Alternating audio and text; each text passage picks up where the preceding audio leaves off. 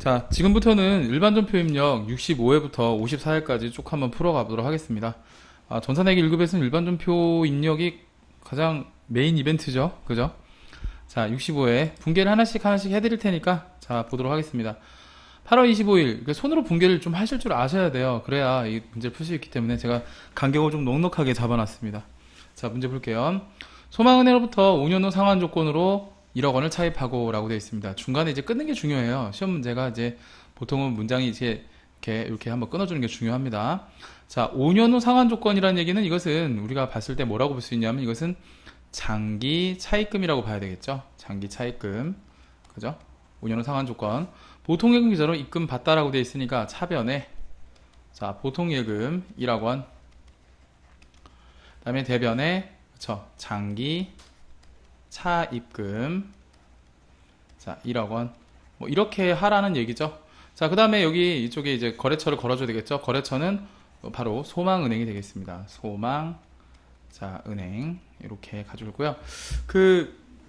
제가 좀 스피디하게 진행을 하기 위해서 가급적이면 이제 좀 약자를 쓰거나 약간 축약을 하거나 그렇게 갈게요. 어차피 뭐 이거 그죠? 뭐 늘 강조합니다. 돈 받고 하는 수업도 아니고 여러분들 복습 차원에서 제가 좀 해드리는 부분이기 때문에 뭐 이론적으로 자세하게 설명을 한다거나 이런 부분들은 사실 좀 아마 많이 없을 거예요. 스킬 위주로 진행할 거니까요. 이거는 사실 시험 막판 총정리라고 보시면 되겠습니다. 어느 정도 공부량이 쌓이신 분들이 보는 부분이지 생판 모르는 분이 이것만 얄팍하게 공부해갖고 합격을 하겠다. 이건 조금 문제가 있어요.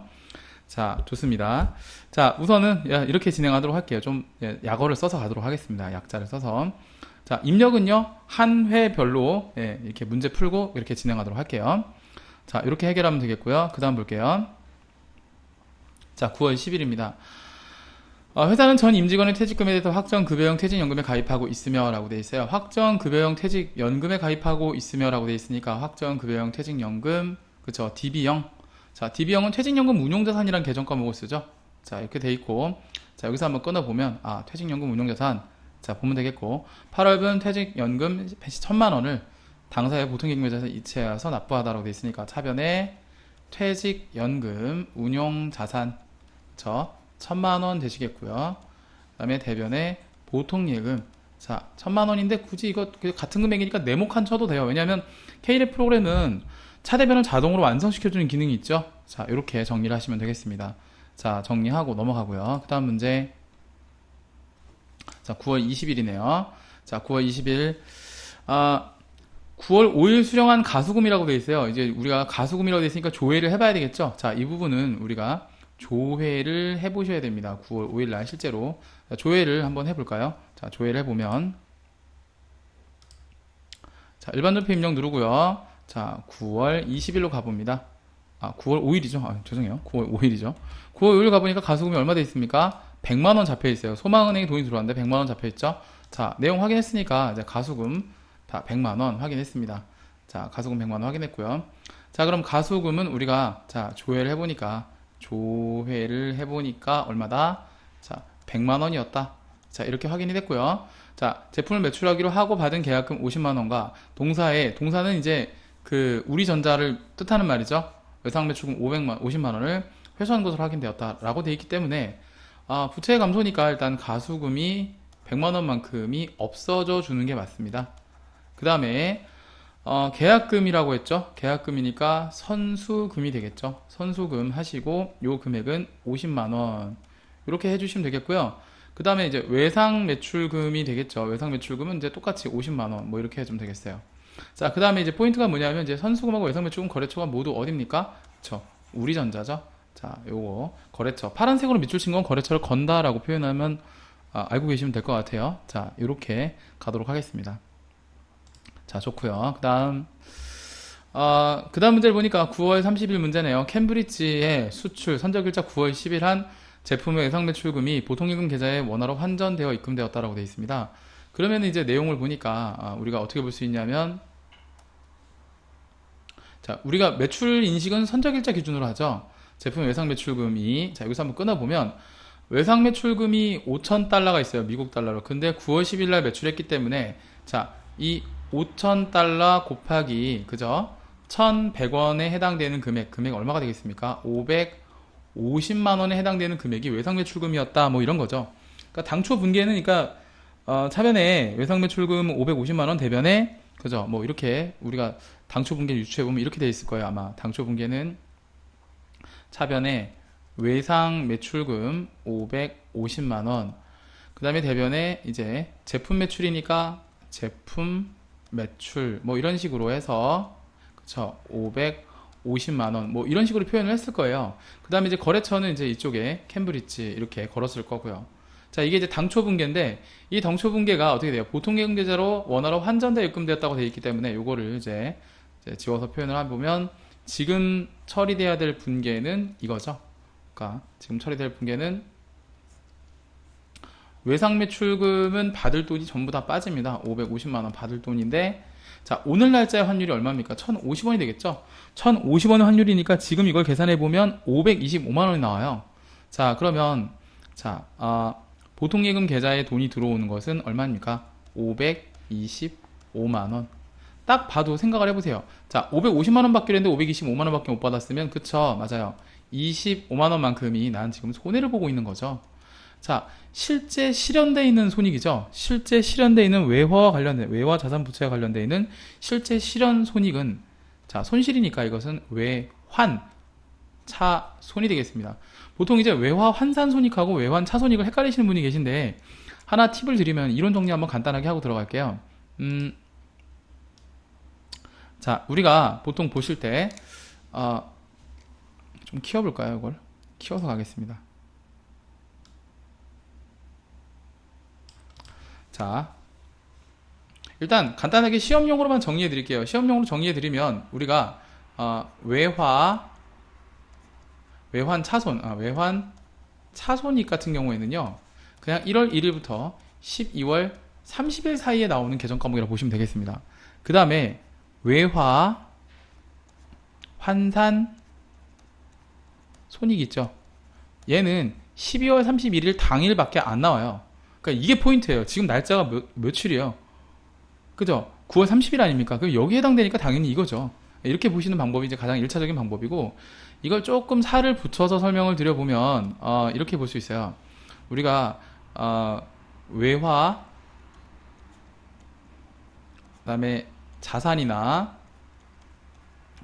부채에 관련되어 있는 우리가 손익을 계상을 할 때, 외화자산 부채 손익 계상할 때 크게 두 가지가 있어요. 이게 환율이 오를 때가 있고요. 그다음에 환율이 내릴 때가 있겠죠. 환율이 오를 때가 있고 내릴 때가 있어요. 근데 이게 외화 자산이냐, 외화 부채냐, 이게 틀려지는 거죠. 만약에 내가 외화 자산인데 환율이 올랐어요. 그럼 난 땡큐한 거죠. 더하기. 외화 자산인데 환율이 떨어졌어요. 나는 마이너스예요. 빚이죠. 환율이 올랐어요. 마이너스죠. 빚이죠. 환율이 떨어졌어요. 플러스입니다. 이게 기본입니다. 이걸 기본으로 깔고 두 가지로 나눠지는 거죠.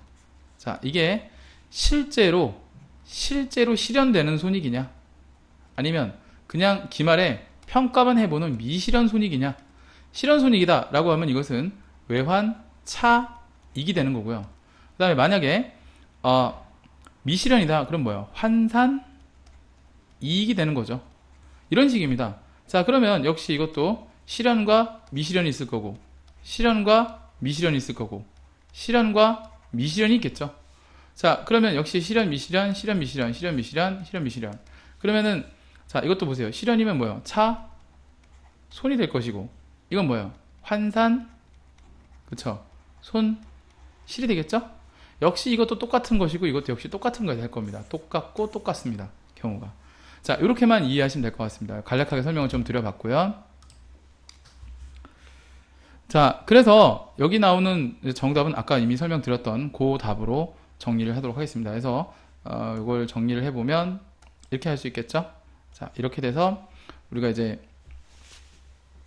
자, 외상매출금은 그것만큼 이제 차감이 되는 거고, 금액이 550만 원인데, 자, 요게 이제 5,000원 곱하기 1,100원이죠. 근데 이제 요 환율을 적용하다 보니까 실제로 보통예금에 들어오는 돈은 525만 원이 되기 때문에 25만 원만큼이 그쵸. 내가 지금 손해를 보는 건데 지금이 12월 31일 아니죠?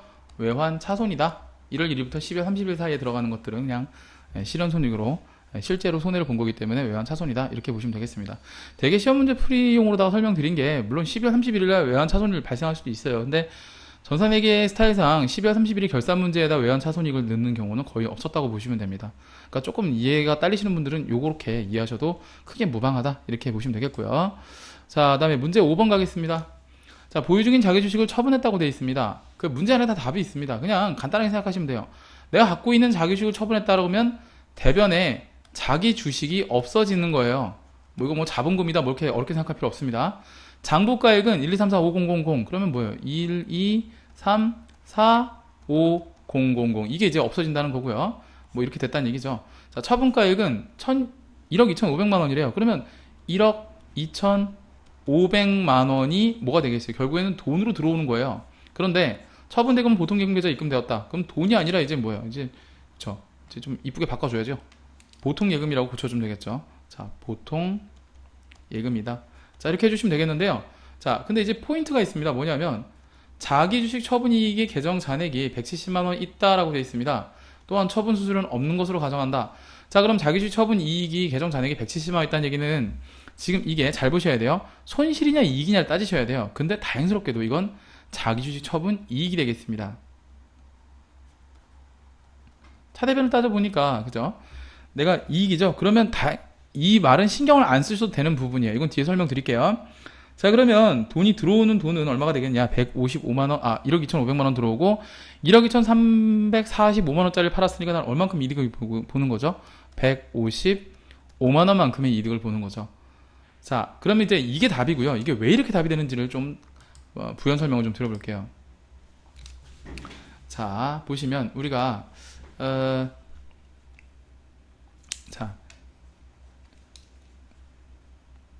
플러스 요소가 되는 부분이 있고 마이너스 요소가 되는 부분이 있어요. 대표적인 것이 주식 발행 초과금이 있겠죠. 그 다음에 마이너스 요소가 주식 할인 발행 차금이 있을 수 있고요.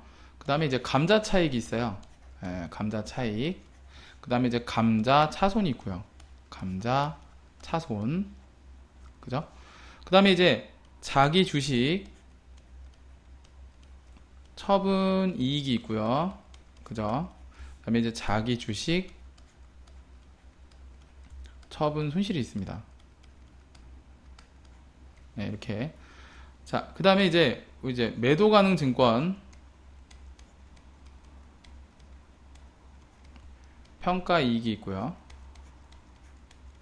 그 다음에 이제 매도 가능 증권 평가 손실이 있고요. 오늘따라 참 글씨가 안 써지네요.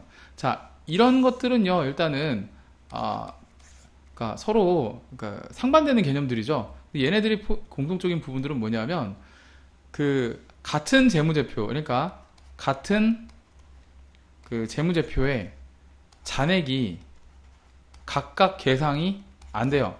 즉 뭐냐면, 퉁치고 난 나머지, 그러니까 둘 중에 하나, 둘 중 큰 금액, 하나만 살아남아야 된다는 얘기예요. 그러니까, 자, 서로 상계한 잔액을 갖다 표시한다고 보시면 되겠습니다. 만약에 지금 문제가 자기주식 처분 이익이었으니까 망정이지, 만약에 손실 계정이 있었다 그러면 손실을 까고 난 나머지만 계상한다 이렇게 보시면 되겠어요. 자, 요 부분은 뒤에 가서 또 풀 내용이 있기 때문에, 그러니까 자기주식 처분 이익이 지금 발생했기 때문에 기존에 있는 자기주식 처분 이익 계정이 있는 거하고는 크게 관계가 없다는 뜻이고, 만약에 문제가 좀 변형해서 나와서 자기주식 처분 손실이 있는 상황에서 처분 이익이 됐다, 또는 손실이 있는 상황에서 처분 이익이 됐다라고 하면 그 상계한 나머지를 계상하게 된다, 그런 얘기예요. 자, 이 얘기는 또 뒤에 가서 문제 풀 일이 있으니까 또 넘어가도록 하겠습니다. 자, 그래서 아무튼 요 내용이다. 자, 됐고요. 넘어가도록 하겠습니다. 자, 10월 27일 볼게요. 거붕에 대한 바드러움이 만기가 되어 라고 돼 있어요. 만기가 됐다. 자, 만기가 됐다고 하면 일단은 대변의 바드러움이 되겠죠. 대변의 바드러움, 그 다음에 1,700만원 되겠습니다. 1,700만원. 그 다음에 거래처는 이제 주식회사 거붕이 되겠죠. 주식회사 거붕, 뭐 이렇게 하시면 되겠고, 그냥 줄만 긋겠습니다. 거붕. 자, 그 다음에 추심 수수료가 있어요. 추심 수수료는 우리가 수수료 비용으로 처리합니다. 수수료 비용이고요. 그 다음에 이것은 이제 판매비와 관리비 쪽에 속하는 수수료 비용이에요. 그래서 이게 5만원 되겠습니다. 5만원. 자, 그 다음에 차감하고 여기서 한번 끊어주고요. 나머지 잔액은 보통예금이 입금되었다 라고 되어 있죠. 보통예금이라고 하시고 그냥 네모하시면 돼요. 그럼 1700에서 5만원 뺀 나머지가 이제 보통예금으로 들어온다는 얘기인데 1695만원인가요? 그렇게 들어오겠죠? 자, 어음에 관련된 수수료 정리를 좀 하고 갈게요. 자, 우리가 자, 어음 관련 수수료가 있어요. 어음 관련 수수료. 상황에 따라 다른데요. 첫 번째 상황은 뭐냐면 이게 만기가 되는 상황이냐 아니면 중간에 내가 급전이 필요해서 중도에 할인을 하는 상황이냐. 이제 만기 뒤에 따라붙는 말이 이제 만기 추심이라고 합니다. 만기가 돼서 이제 어음 금액을 찾느냐 중도에 할인하느냐. 근데 수수료가 두 개 다 들어가요. 은행도 먹고 살아야 되지 않겠어요? 보통 이제 은행에서 만기 추심을 하거나 은행에서 중도 할인을 하게 되는데 먹고 살아야 되니까 그죠? 아무래도 만기 추심을 하거나 중도 할인 둘 중에 하나를 합니다. 추심할 때 들어가는 수수료는 추심료라고 하고요. 당연히 추심료 또는 추심 수수료라는 말을 쓰고요. 중도에 할인했을 때는 할인료 또는 할인 수수료라는 말을 씁니다. 자, 그런데 이걸 부르는 계정 과목이 조금 달라요. 뭐라고 하느냐? 자, 우리가 추심료 같은 경우에는 수수료 비용이라고 합니다. 수수료 비용이다. 자, 수수료 비용이라는 표현을 쓰고요. 이 수수료 비용의 경우에는 어떻게 표현하냐면 이것은 판매비와 관리비로 표현을 합니다. 그 다음에 중도에 할인했다. 중도에 할인했으면 이게 크게 두 가지예요. 이것이 매각 거래냐 아니면 차입 거래냐라고 나눠지는데 여태까지 전산회계 1급 기출문제를 보는 결과 차입 거래는 사실 거의 안 나왔다고 봐야 되고요. 매각 거래만 나왔다고 보시면 돼요. 그러면 매출 채권, 그렇죠? 자, 처분 손실로 얘는 어디에 속하냐면요. 영업의 비용에 속한다. 영업의 비용이다. 자, 이렇게 이해하시면 되겠습니다. 글씨가 막 날아가네요. 자, 이렇게 보시면 되겠고요. 자, 요게 이제 답이고요. 자, 그래서 여기에 따른 이제 분계를 보여드리면 분계는요, 사실 이렇게 볼 수가 있겠습니다. 그래서 여기에 따른 내용은 처리를 해드리면 아까처럼 처리를 다시 해드리면 이제 이렇게 하고요. 그다음에 이제 받을 어음이고요, 그죠? 그다음에 여기에 1,700만 원이 없어지는 거고요.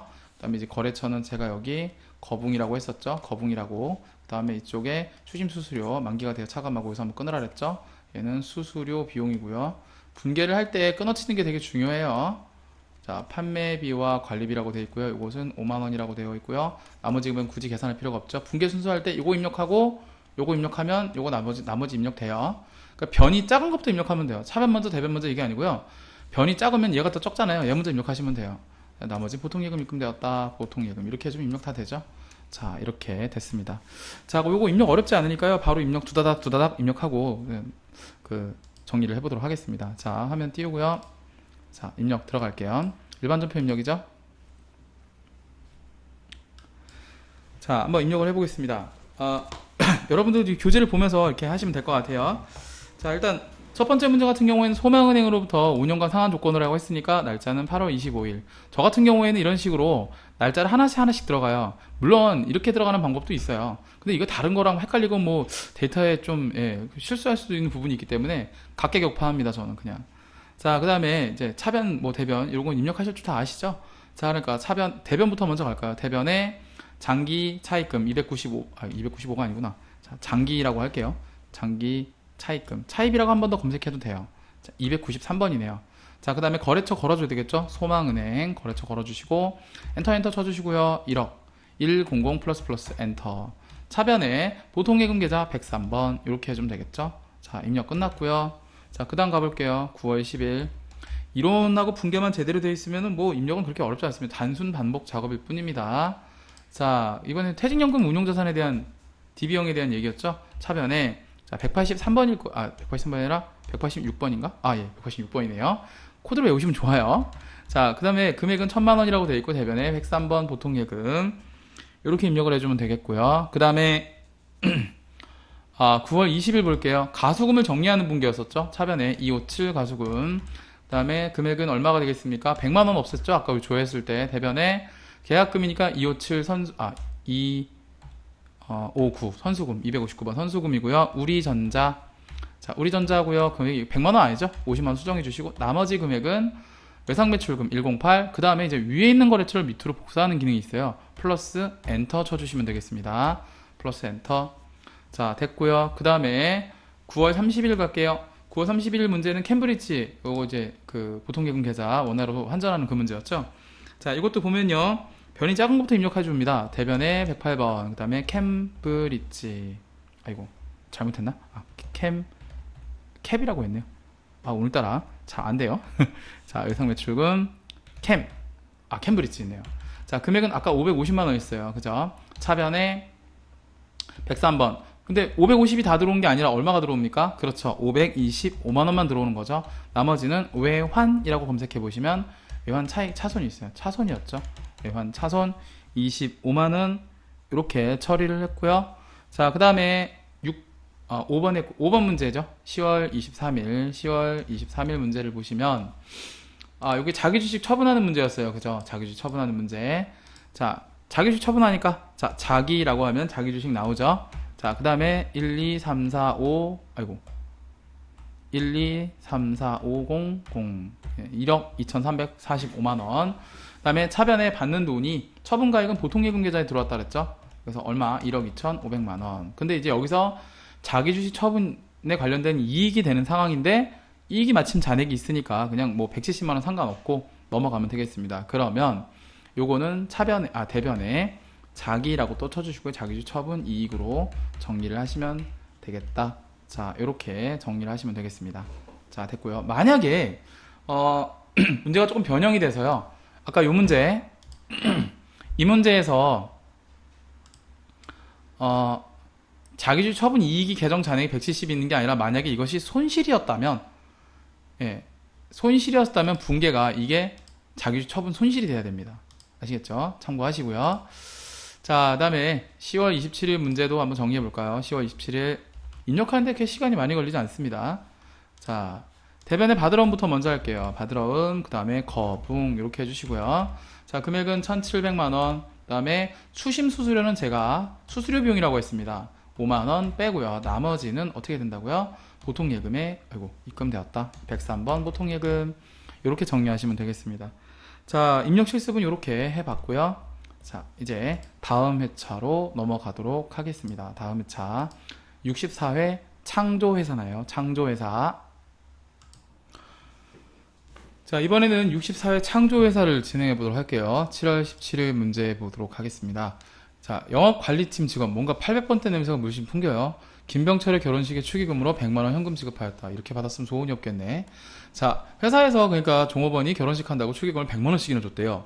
그러니까 차변에 복리후생비가 판매비와 관리비로 되겠고요. 100만원 이렇게 보시면 되겠고, 대변에 현금으로 지급하였다라고 하셔서 100만원 하시면 되겠습니다. 자, 이건 뭐 출금전표 해도 되겠죠? 출금전표 100만원 해도 되고요. 복리후생비 그거 이따 전산할 때 보여드릴게요. 자, 됐고요. 7월 22일입니다. 생산부서에서 사용하는 뭔가 500번 냄새가 나는데 화물 차량 취득가액이 1,500, 감가상각 누기계 852, 교통사고로 인해 폐기돼요. 여기까지 한번 끊어볼까요? 폐기돼요. 폐기됐다는 얘기는 폐차됐다는 얘기겠죠? 동일 날짜에 드림보험에 보험금을 청구하여 보험금 900만원을 보통연계조 송금받다. 감가상각은 하지 않을 것이라고 되어 있는데, 자, 요거 한번 풀어보도록 하겠습니다. 자, 요거는요, 관건이 뭐냐면 부분재무상태표를 그리는 게 관건이에요. 그래서 밑에 분계도 해드리고 부분재무상태표도 같이 그리고 문제를 보도록 하겠습니다. 자, 보시면 우선은 이게 사실 이제 모두 정답이라고 되어 있는데 그냥 저는 이제 간단하게 설명을 좀 드려볼게요. 부분재무상태표를 그려보면 이 상태로 보면은 이제 차량 운반구가 있죠. 차량 운반구가 1,500만원이라고 되어 있고, 자, 그 다음에 감가상각 누계액이 850이라고 되어 있습니다. 그죠? 850. 자, 그러면 이거 얼마짜리 차입니까? 그렇죠. 이건 650만원짜리 차죠. 650만원짜리 차예요. 그럼 650만원짜리가 다 몽창 다 어떻게 됐대요? 폐기가 됐다고 돼 있으니까 폐차가 된 거죠. 그죠? 폐차가 됐다는 얘기인데, 자, 그럼 여기서 이제 요만큼은 뭐가 되냐면 결국에는 이제 손실이 되는 거죠. 손실인데, 일반적으로 차량가 사고가 나서 폐차했다라면 이것은 무슨 손실이냐면 유형자산 처분 손실입니다. 예. 근데 만약에 이게 차가 뭐 화재나 이건 천재지변 이런 것 때문에 만약에 그러니까 그쵸 천재지변 내가 어쩔 수 없는 뭐 이런 것죠. 그러니까 이제 원인을 봤을 때 이런 거라고 하면 이것은 재해 손실이 됩니다. 그러니까 내가 회피가 가능한 부분이었다. 교통사고 이런 부분 이런 것들이라면 유형자산 처분 손실이 맞는 거고요. 내가 불가피하게 이게 회피할 수 없는 부분이었다. 불가항력적인 부분이었다면 재해 손실이 맞습니다. 그다음에 이제 보험금을 청구해서 보험금 900만 원을 보통예금 송금받았다고 되어 있는데 그럼 이제 보험금을 받은 부분은 어떻게 처리할 것이냐? 자, 우리 이제 보험금을 받은 거 예. 보험금을 수령했던 부분들은 어떻게 되냐면 차변에 돈이 들어오고요. 그 다음에 대변에 보험금 수익이라는 계정 과목이 있어요. 영업의 수익에 또는 보험 차익이라고 알고 계신 분들이 많은데 이제 지금은 이제 총액법을 쓰기 때문에 순액법이 아니라 차익 차손이란 말은 이제 퉁치고 난 나머지를 얘기하는 거고요. 보험금 수익이라고 총액법을 쓰는 게 맞습니다. 과거의 회계 처리하고 지금 회계 처리는 다른데 요 문제에 한해서만 그냥 말씀을 드릴게요. 그래서 보험금 수익이라는 계정 과목 쓰는 게 맞습니다. 이제 이걸 조합을 해서 설명을 드려보면 이렇게 쓸 수가 있겠죠. 우선은 차량 운반구가 취득가액이 없어지는 거니까 대변에 차량 운반구가 되겠습니다. 차량 운반구가 1,500만 원이 되겠고요. 감가상각 누계액은 이제 850만 원이 되겠습니다. 그럼 사실 여기 650만 원만 들어오면 이제 딱 본전이긴 한데 이제 이것이 뭐냐면 이제 유형 자산 처분 손실이 되겠습니다. 그 다음에 보험금을 청구해서 보험금 900만 원 보통예금 계좌에서 송금받았으니까 이제 보통예금 계좌에 들어온 돈은 900만 원이 되겠고 그 다음에 이제 보험금 수익은 이제 900만 원 이렇게 들어오는 거죠. 자, 이게 총액법입니다. 그러니까 손실 난 건 손실 난 대로 그 다음에 이익 본 건 이익 본 대로 이렇게 각각 인식하자는 주의가 이제 요게 그거죠. 그러니까 총액법이라는 개념이고요. 이게 옛날 스타일대로 하면은 이제 요게 요답이 아니고요. 이렇게 됩니다. 그러니까 이제 이렇게 돼요. 여기서 여기 이제 유형자산 처분 손실을 인식하지 않고요. 예. 그러니까 요렇게 잡고 들어가요. 요렇게. 그러면은 이제 이게 양변을 합쳐보면 요게 이제 1750이 되고 이쪽이 1750이 맞아 떨어져야 되니까 요게 이제 보험 차익이라고 옛날 계정 과목은 이렇게 해서 이제 요게 250만 원 이렇게 했는데요. 이 방법은 요즘 쓰지 않고요. 예, 이 방법 쓰지 않고요. 이제 모두 정답이라고 아마 정답은 그 당시에 돼 있던 걸로 기억하고 있어요. 그래서 이제 이게 출제하신 분이 뭔가 약간 바뀐 걸 모르고 하셨다거나 문제 자체가 조금 그런 문제예요. 그래서 일단 요거는 각각의 사실로 보는 겁니다. 그러니까 손해를 본 건 손해 본 것만큼만 손실 처리하시면 되고 돈을 받아서 보험금을 받았다면 그것만큼만 보험금 수익으로다가 수익으로 잡으시면 되고 그러니까 줄 건 주고 받을 건 받고 뭐 이런 그러니까 손해 본 건 손해 보는 거고 받은 건 받은 거고 이런 식으로 개별적 사실로 처리하시면 되겠다. 뭐 이런 내용입니다. 자, 됐고요. 그래서 뭐 이거는 그냥 이렇게 붕괴할 땐 제가 당초에 입력해드린 대로 그냥 붕괴하도록 하겠습니다. 자, 그리고요. 8월 6일 문제를 볼게요. 경북유통으로부터 제품 제조용 원료를 구입하기로 하고라고 되어 있습니다. 그러면 하고에서 끊습니다. 사실 여기서는 회계상 거래가 아니죠.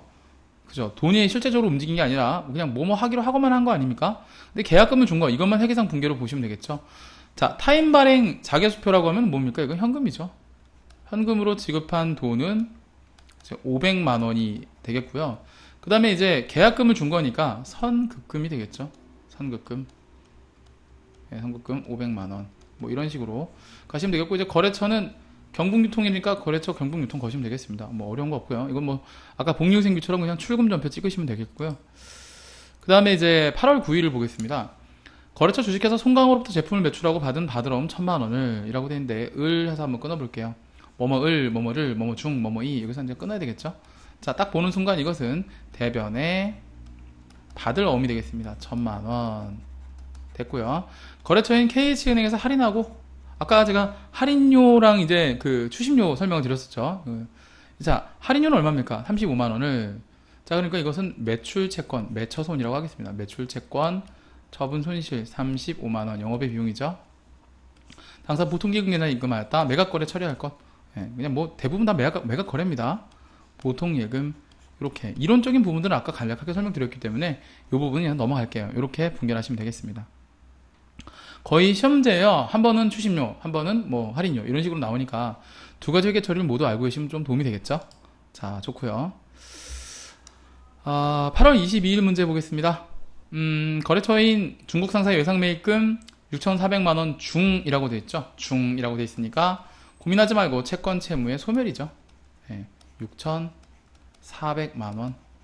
자, 그 다음에 50% 당좌 수표를 발행한 지급하고 우선 끊어주세요. 그러면 당좌 수표를 발행해서 지급했으니까 당좌 예금이 3,200만원이 나가는 거고요. 나머지 뭐 굳이 3,200만원 계산할 필요도 없죠. 상한을 면제받았다고 되어 있습니다. 이걸 뭐라고 하냐면 면제받았다. 채무 면제 이익입니다. 실제로 계정 과목 검색해도 면제로 검색했을 때 나오는 건 이거 하나밖에 없어요. 그 다음에 이제 뭐 추가적으로 설명드리자면 중국 상사니까 이제 거래처 걸어주시면 될 것 같고 뭐 이렇게 정리하면 되겠습니다. 자, 이렇게 풀어봤고요. 그 다음에 이제 마지막 문제죠.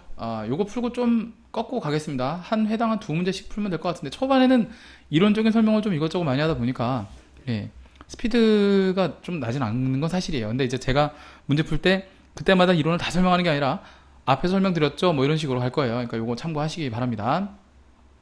범계기업의 외상매출금 3천만원 중이라고 되어 있습니다. 중에서 항상 끊어요.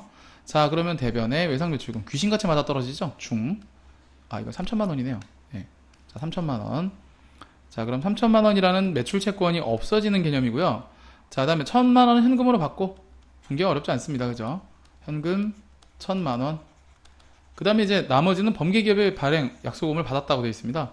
상대방이 발행한 약속금을 받았으니까 이제 받으러 오면 되겠죠. 그다음에 나머지는 뭐 굳이 계산 안 해도 되겠고요. 자, 그 다음에 거래처가 있다면 이것이 이제 범계기업이 되겠죠. 이것도 범계기업이니까요. 그죠?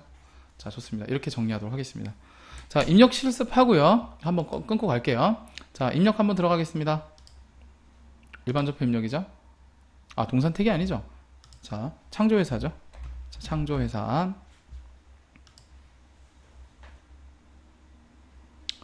자, 아까 우리 영업관리팀 김병철 이거 제가 출금하고 복리후생비 이렇게 하고 이제 100만원 하라고 했는데요. 물론 이렇게 해도 정답은 맞습니다. 100만원 하시고 대변에 101번 현금 이렇게 하셔도 맞아요. 보면 이제 위아래 전표번호만 다를 뿐이지 모두 금액은 똑같은 금액이 나오기 때문에 복수 정답입니다. 저는 이제 출금 전표가 편하니까 출금 전표를 할게요. 자, 그 다음에 7월 22일 보시면 화물 차량에 대한 이제 보험금 청구한 문제였었죠. 자, 이거 그냥 대변에 208 차량 운반구 그냥 가고요. 1500 그 다음에 차변에 207 209죠. 다음 번호니까 감가상각 누계액. 보통 이제 감가상각 누계액 많이 물어보시는데 감가라고 치면 이제 쭉 나와요. 그거 보면 이제 차량 운반구 감가상각 누계액이 친절하게 이렇게 209번이라고 표시가 되어 있는데 일반적으로는 자산 같은 경우는 자산 코드의 다음 번호가 차감평가 계정인 감가상각 누계액입니다. 대손 충당금도 마찬가지고요. 참고하시고 209번 감가상각 누계액 되겠고요. 이게 850만원이니까 딱 차액 8,500이 아니죠. 850이죠. 850만원이 되니까 딱 차액이 얼마만큼 남아요. 이게 마이너스로 차액이 뜨는 거는 차변에 잔액이 남다는 뜻이고 플러스로 잔액이 뜬다는 거는 대변에 잔액이 남다는 뜻이에요. 650만원 받으면 딱 본전 아니겠습니까? 근데 요것만큼 뭐예요? 손해를 본 거죠. 원래는 이제 손해를 보는 건데 자, 뭐라고 되어 있습니까? 원래는 이제 이게 별개의 사실 거래긴 해요. 이게 차변에 이게 유형자산, 유형이라고 검색해보면 유형자산 처분 손실 있죠. 이렇게 하고 원래 끝나고 보험금 청구에 대한 건 이제 따로 계산해야 되는 부분인데 아마 이제 이렇게 되면 전표번호가 안 맞을 거예요. 일단 송금 받았다, 보통 예금. 그 다음에 여기에 900만원, 그 다음에 대변에 보험이라고 하면 이제 쭉 검색해보면 보험 차익이라고 되어 있죠. 근데 여기 이제 900만원 이렇게 되어 있는데 지금 전표 번호가 다릅니다. 각각의 거래가 아니라 원래 이제 여기 전표 번호 수정이라는 걸 누르면요, 이렇게 해서 이렇게 바꿀 수가 있어요. 번호 수정, 이렇게 락을 해제시키는 거. 평소에는 못 들어가요. 근데 번호 수정 누르면 이렇게 들어갈 수 있어요. 번호 수정. 그럼 이게 여기 하나의 분계로 합쳐져요. 원래 이제 제가 보여드렸던 분계가 이거였었죠. 이제 보험금 수익이 원래 맞는데 보험 차익이라고 잘못 나와 있는 것 같고, 자, 이렇게 해서 하나의 전표로 가시는 게 원래 맞습니다. 그런데 이제 실제로는 뭐 이런 문제는 하면 사실 나오기에 좀 드물 것 같고요. 요거 하나나 요거 하나 둘 중에 한 문제가 보통 나오는 것이 일반적이라고 보시면 되겠습니다. 총액법이기 때문에 한꺼번에 이렇게 나오는 문제는 좀 적절치가 않아요. 그래서 아마 모두 정답으로 표시했던 것 같습니다. 자, 됐고요. 달이 바뀌었습니다. 달 바뀌는 거 특히 조심해야 된다 그랬죠, 제가. 8월 6일 그 또 7월 6일에 입력하면 안 돼요. 이건 전산회계 시험은요, 날짜 잘못하면 이거 다 완전 나가리예요. 계약금 지급한 거죠. 이건 출금, 선급금 이렇게 하시고 경북유통이었습니다. 경북유통, 그다음에 금액은 500만 원 이렇게 입력하면 되겠고요. 8월 9일 갈게요. 9일 바드럼 할인에 대한 문제였죠. 바드럼 그다음에 송강 이렇게 입력하면 되겠고요. 그다음에 금액은 1000만 원. 그다음에 할인료인데 이제 매출 채권 아니면 이제 권처라고 한번 해볼게요. 권처라고 하면 이제 매출 채권 처분 손실 나오죠. 그다음에 요게 35만 원. 나머지가 보통 예금 계좌 이렇게 입력해 주면 되겠고 8월 22일 가보면요. 중국 상사의 외상 매입금 6,400만 원 이거 없어지는 거니까 중국 상사 6,400만원 입력해주면 되겠고요. 그 다음에 당좌수표를 발행 지급했으니까 3,200 나머지 금액은 면제를 받았으니까 그냥 면제라고 한번 입력해보세요. 얘 하나밖에 없죠. 제 말이 맞죠. 이렇게 입력하시면 되겠고 그 다음에 25일 마지막 문제죠. 이것도 뭐뭐 중이라고 돼 있으니까 108 그 다음에 범계 기업의 외상 매출금이 3천만원이 없어지는 건데 이 중에 1,000만원 현금으로 받았다고 돼 있어요. 그 다음에 나머지는 약소금을 받았다. 자, 또 이걸 또 범계 이렇게 찾고 뭐 그러지 마시고 그냥 106 하세요. 우리는 쿨한 사람들이니까 배운 사람들이니까 106 하시면 되겠습니다. 자, 이렇게 해서 입력도 다 해봤고요. 자, 조금 끊고 그 다음 회차로 넘어가도록 하겠습니다. 자, 좀 쉬었다 갈게요.